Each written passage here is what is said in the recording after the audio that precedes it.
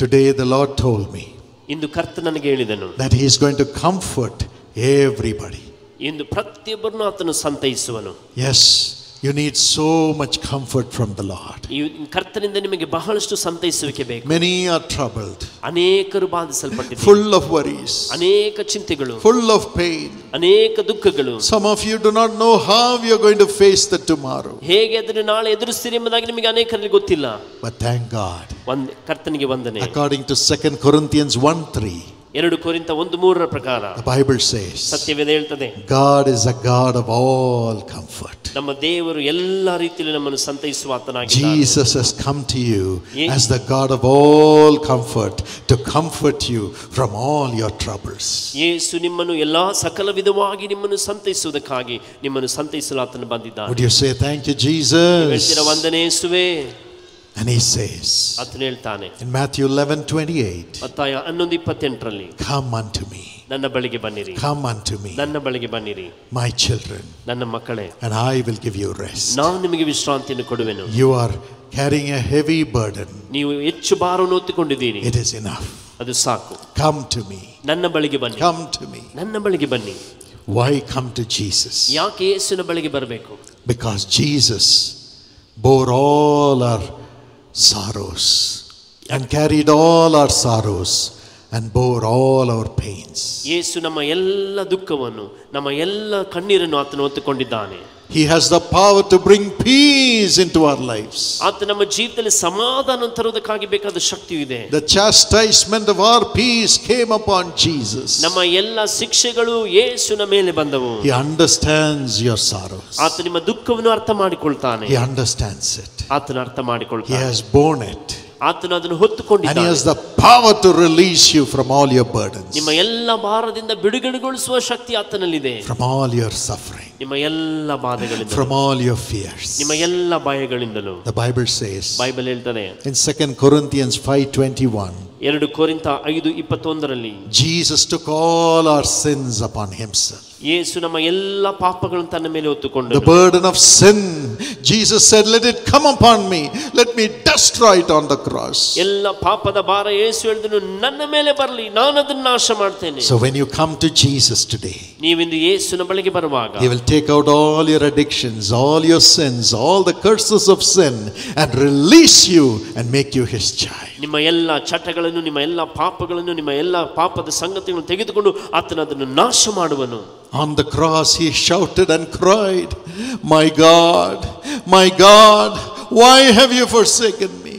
ಆತನು ಶಿಲುಬೆ ಮೇಲೆ ದೇವರು ನೋಡಿ ಕೂಗಿದನು, ನನ್ನ ದೇವರೇ, ನನ್ನ ದೇವರೇ, ಯಾಕೆ ನನ್ನನ್ನು ಕೈ ಬಿಟ್ಟಿದ್ದೀರಿ? He went through loneliness, ಆತನು ಒಂಟಿತನದಲ್ಲಿ ಹಾದು ಹೋದನು, forsakenness, ತಿರಸ್ಕರಿಸಲ್ಪಟ್ಟನು, an unjust criticism, ಆತನು ಅನೀತಿಯಾಗಿ ಟೀಕಿಸಲ್ಪಟ್ಟನು, unjust accusation, ಅನೀತಿಯಾಗಿ ಆತನ ಮೇಲೆ ದಂಡನೆಗಳು ಬಂದವು. even for doing good. ಒಳ್ಳೆಯದನ್ನು ಮಾಡುವುದಕ್ಕೂ He knows that agony. ಆ ವೇದನೆ ಆತನಿಗೆ ಗೊತ್ತದೆ. He went through it ಆತನದರಲ್ಲಿ ಹಾದು to ಹೋದನು, destroy that burden ಆ ಭಾರವನ್ನು ನಾಶ ಮಾಡಲು, and set you free to be loved by all. ಎಲ್ಲರಿಂದ ಪ್ರೀತಿಸಲ್ಪಡುವ ಹಾಗೆ ನಿಮ್ಮನ್ನು ಸ್ವತಂತ್ರಗೊಳಿಸಲಿದ್ದಾನೆ. No more loneliness, ಇನ್ನೆಂದಿಗೂ ನೀವು ಒಂಟಿಯಾಗಿರುವುದಿಲ್ಲ, no more suffering. ಇನ್ನೆಂದಿಗೂ ನೀವು ಬಾಧೆಯನ್ನು ಅನುಭವಿಸುವುದಿಲ್ಲ. And in Luke 22:42 to 44, ಲೂಕ 22:42ರಿಂದ 44ರಲ್ಲಿ, the fear about the tomorrow, ನಾಳೆಯ ಬಗ್ಗೆ ಚಿಂತೆ, the fear about the tomorrow, ನಾಳೆ ಬಗ್ಗೆ ಇರುವಂತ ಚಿಂತೆ, what's going to happen to me? ನನಗೇನು ಸಂಭವಿಸುವುದು? Jesus said they're going to kill me. ಯೇಸು ಹೇಳಿದನು, ಅವರು ನನ್ನನ್ನು ಕೊಲ್ಲಲಿಕ್ಕಿದ್ದಾರೆ, That's my future. ಅದೇ ನನ್ನ ಭವಿಷ್ಯ. And he was in great fear ಆತನು ದೊಡ್ಡ ಭಯದಲ್ಲಿದ್ದನು about the tomorrow, ನಾಳೆಯ ಬಗ್ಗೆ. and his sweat came out as blood. ಆತನ ಬೆವರುಗಳು ರಕ್ತದ ಹಾಗೆ He ಹೊರಬಂದವು. knows your fear about the tomorrow. ನಾಳೆಯ ಬಗ್ಗೆ ಇರುವ ನಿಮ್ಮ ಭಯ ಆತನಿಗೆ How ಗೊತ್ತದೆ. can I face the tomorrow? ನಾಳೆ ನಾನು ಹೇಗೆ I ಸಂಧಿಸಲಿ? have so much of financial trouble. ನನಗೆ ಬಹಳಷ್ಟು ಹಣಕಾಸಿನ My ಸಮಸ್ಯೆ, job is gone. ನನ್ನ ಕೆಲಸ ಹೋಯಿತು, My family is gone. ನನ್ನ ಕುಟುಂಬ ಹೋಯಿತು, My support is gone. ನನ್ನ ಎಲ್ಲ ನೆರವು ಹೋಯಿತು. The fear about the tomorrow. ನಾಳೆ ಬಗ್ಗೆ ಇರುವ ಭಯ. Jesus went through that. ಯೇಸು ಅದರಲ್ಲಿ ಹಾದು ಹೋದನು. Today he has the power to create a beautiful tomorrow for you. ಈಗ ನಾಳೆ ನಿಮಗೆ ಸುಂದರವಾದ ನಾಳೆಯನ್ನು ಉಂಟು ಮಾಡುವ ಶಕ್ತಿ He has ಆತನಲ್ಲಿದೆ. come to do it for you. ಆತನು ಅದು ನಿಮಗೋಸ್ಕರ He ಮಾಡುವನು. has come now to do it for you. ಆತನು ಇಂದು ನಿಮಗೋಸ್ಕರ ಮಾಡಲು To build a ಬಂದಿದ್ದಾನೆ. beautiful future for ಒಂದು you. ಸುಂದರವಾದ ಭವಿಷ್ಯವನ್ನು ಕೊಡುವುದಕ್ಕಾಗಿ. He makes everything beautiful in its time. ಆತನು ಎಲ್ಲವನ್ನು ತಕ್ಕ ಸಮಯದಲ್ಲಿ ಸುಂದರವಾಗಿ ಮಾಡ್ತಾನೆ. And the power of sickness, ಮತ್ತು ರೋಗದ ಆತ್ಮ, wounds, ಎಲ್ಲ ವೇದನೆಗಳು, bruises, ಎಲ್ಲ ಜಜ್ಜಲ್ಪಟ್ಟಿರುವಿಕೆ, Jesus went through it. ಯೇಸು ಹಾದು ಹೋದನು. In Isaiah 53:5, Jeshaiah 53:5 he was wounded for our iniquities, ಆತನು ನಮ್ಮ ಪಾಪಗಳಿಗೋಸ್ಕರ ಬಾಧಿಸಲ್ಪಟ್ಟನು. he was bruised for our iniquities and wounded for our transgressions, ಆತ ನಮ್ಮ ದ್ರೋಹಗಳ ದೆಸೆಯಿಂದ ಗಾಯವಾಯಿತು, ನಮ್ಮ ಅಪರಾಧಗಳ ನಿಮಿತ್ತ ಜಜ್ಜಲ್ಪಟ್ಟನು. and his body was wounded. ಆತನ ದೇಹವು ಅದು ಗಾಯವಾಯಿತು. Why? ಯಾಕೆ? To bring healing to our bodies, ನಮ್ಮ ದೇಹಕ್ಕೆ ಸ್ವಸ್ಥತೆಯನ್ನು ತರುವುದಕ್ಕಾಗಿ, healing to our curses. ನಮ್ಮ ಶಾಪಗಳಿಗೆ ಬಿಡುಗಡೆ ತರುವುದಕ್ಕಾಗಿ Jesus went through it, ಯೇಸು ಹಾದು ಹೋದನು. and he has the power to deliver us. ನಮ್ಮನ್ನು ಬಿಡಿಸುವುದಕ್ಕಾಗಿ ಆತನಲ್ಲಿ ಶಕ್ತಿ ಇದೆ. He is alive, ಆತನು he ಜೀವಂತವಾಗಿ, rose up from the dead, ಆತನು ಸತ್ತರೊಳಗಿಂದ ಎದ್ದನು. and he says, ಆತನು ಹೇಳ್ತಾನೆ, my son, ನನ್ನ ಮಗನೇ, my daughter, ನನ್ನ ಮಗಳೇ, come to me, ನನ್ನ ಬಳಿಗೆ ಬಾ. I am the God of all comfort. ನಾನು ಎಲ್ಲಾ ಸಂತೈಸುವಿಕೆಗಳ I have ದೇವರು. gone through all your sorrows. ನಿನ್ನ ಎಲ್ಲಾ ದುಃಖಗಳನ್ನು ಹಾದು ಹೋಗಿದ್ದೇನೆ. I will remove your sorrows ನಿನ್ನ ಎಲ್ಲ ದುಃಖವನ್ನು and ತೆಗೆದುಹಾಕ್ತೇನೆ. comfort you. ನಾನು ನಿನ್ನನ್ನು ಸಂತೈಸಿ. Jesus is here. Yesu ಇಲ್ಲಿದ್ದಾನೆ. Many years ago, ಅನೇಕ ವರ್ಷಗಳಿಂದ Jesus appeared to my father, brother Dinakaran, when he was 34 years old. ಯೇಸು ನನ್ನ ತಂದೆಯಾದ ದಿನಕರ್ ಅವರಿಗೆ ಅವರು 34 ವರ್ಷದವರಾಗಿದ್ದಾಗ ಸಂಧಿಸಿದನು. And he said, my son, ಆತನು ಹೇಳಿದನು, ನನ್ನ ಮಗನೇ, I am going to use you to bring healing to millions of people. ನಾನು ಅನೇಕ ಲಕ್ಷಾಂತರ ಜನರಿಗೆ ಸ್ವಸ್ಥತೆಯನ್ನು ತರುವುದಕ್ಕೆ ನಿನ್ನನ್ನು ಉಪಯೋಗಿಸ್ತೇನೆ. And just after that visitation, ಆ ಸಂದರ್ಶನದ ನಂತರ his lungs failed. ಅವರ ಶ್ವಾಸಕೋಶ ಅದು ವಿಫಲವಾಯಿತು. When God said, I am going to make you a blessing to millions, he became sick. ದೇವರು ನಾನು ನಿನ್ನ ಲಕ್ಷಾಂತರ ಜನರಿಗೆ ಆಶೀರ್ವಾದವಾಗಿ ಮಾಡ್ತೀನಿ ಎಂಬುದಾಗಿ ಹೇಳಿದಾಗ ಅವರು ರೋಗಿಯಾದರು. Both the lungs failed. ಎರಡು ಶ್ವಾಸಕೋಶಗಳು ಅದು ವಿಫಲವಾಯಿತು. He was in the sick bed, ಅವರು ಹಾಸಿಗೆಯಲ್ಲಿದ್ದರು. vomiting blood, ಅವರು ರಕ್ತವನ್ನು ವಾಂತಿ ಮಾಡ್ತಿದ್ದರು. vomiting blood, ರಕ್ತವನ್ನು ವಾಂತಿ ಮಾಡ್ತಿದ್ದರು. counting days to die. ಸಾಯುವುದಕ್ಕಾಗಿ ದಿನಗಳನ್ನು ಲೆಕ್ಕಿಸ್ತಿದ್ರು. Exactly at that moment, my sister who was just then born also became sick. ಅದೇ ಸಮಯದಲ್ಲಿ ನನ್ನ ತಂಗಿ ಹುಟ್ಟಿದ್ರು, ಆಕೆ ಕೂಡ ಅಸ್ವಸ್ಥಳಾದಳು. She was dying. ಆಕೆ ಕೂಡ ಸಾಯ್ತಾ ಇದ್ದಳು. And everyone who was with us ran away. ನಮ್ಮೊಂದಿಗಿದ್ದವರೆಲ್ಲರೂ ಬಿಟ್ಟು ಓಡಿ ಹೋದರು. Some were saying, he has committed sin, that's why he is sick. ಯಾರೋ ಹೇಳಿದ್ರು ಅವರು ಪಾಪ ಮಾಡಿದ್ದಾರೆ, ಅದಕ್ಕಾಗಿ ರೋಗಿ ಆಗಿದ್ದಾರೆ. Some said, a demon is affecting him, so we should not go near him. ಇನ್ನು ಕೆಲವರು ಹೇಳಿದ್ರು, ದುರಾತ್ಮ ಅವರನ್ನು ಬಾಧಿಸ್ತಾ ಇದೆ, ನಾವು ಹತ್ತಿರ ಹೋಗಬಾರದು. Everybody ran away. ಎಲ್ಲರೂ ಓಡಿ ಹೋದರು. But it is at that time, ಆದರೆ ಆ ಸಮಯದಲ್ಲಿಯೇ, after suffering for several months, ಅನೇಕ ತಿಂಗಳುಗಳು ಬಾಧೆ ಅನುಭವಿಸಿದ ನಂತರ Jesus came. ಯೇಸು ಬಂದನು.